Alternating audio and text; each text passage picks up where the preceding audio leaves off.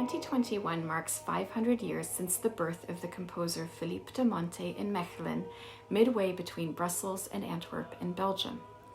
If Monte's name does not spring to mind as readily as the names of his contemporaries, Palestrina and Lassus, that says much more about the priorities of music historians than it does about Monte's place in the musical firmament of Renaissance Europe. Monte was one of the most prolific of 16th century composers.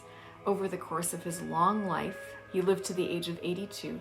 He wrote over 1,000 madrigals, some 300 motets, and a few dozen polyphonic mass settings, in addition to French chansons and perhaps even a German lied or two.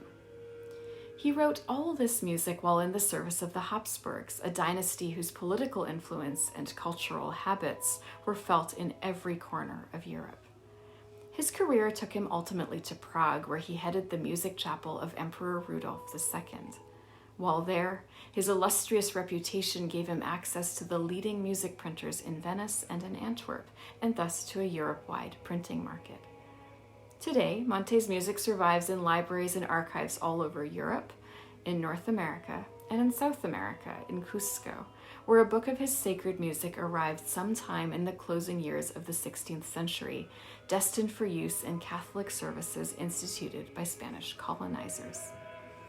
The music Monte wrote shows his great sensitivity not just to the meaning of individual words, but also to the sense and shape of phrases, whether he was setting the Latin text of a musical prayer or navigating the amorous innuendo and poetic conventions of an Italian madrigal.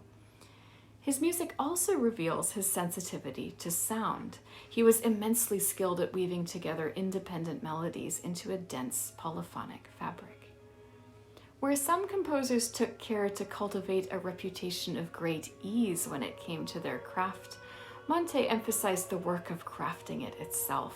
His motto, which appears in a portrait made towards the end of his life, was "Rien sans peine," nothing without labor.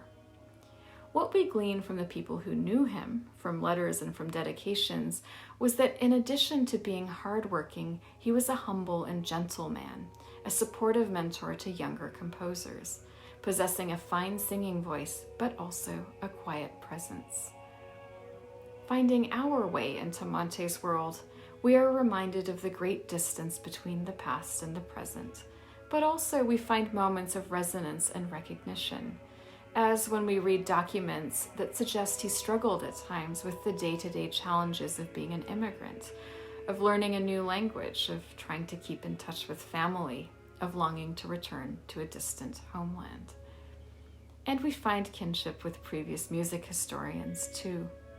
A century ago, the Belgian musicologist Georges van Doorslaer signed the preface to his study of Philippe de Monte's life and works. It was 1921. World War I and also a global pandemic were fresh memories.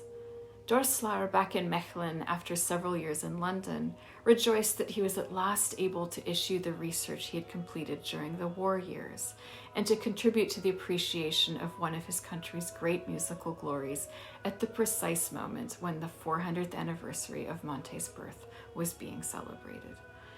The two-day international symposium marking the 500th anniversary of Monte's birth will take place in Prague, where Monte spent the closing decades of his life.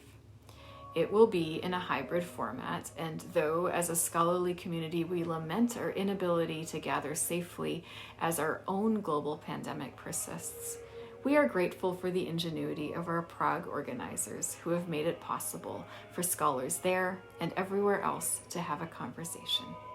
We hope you will join us.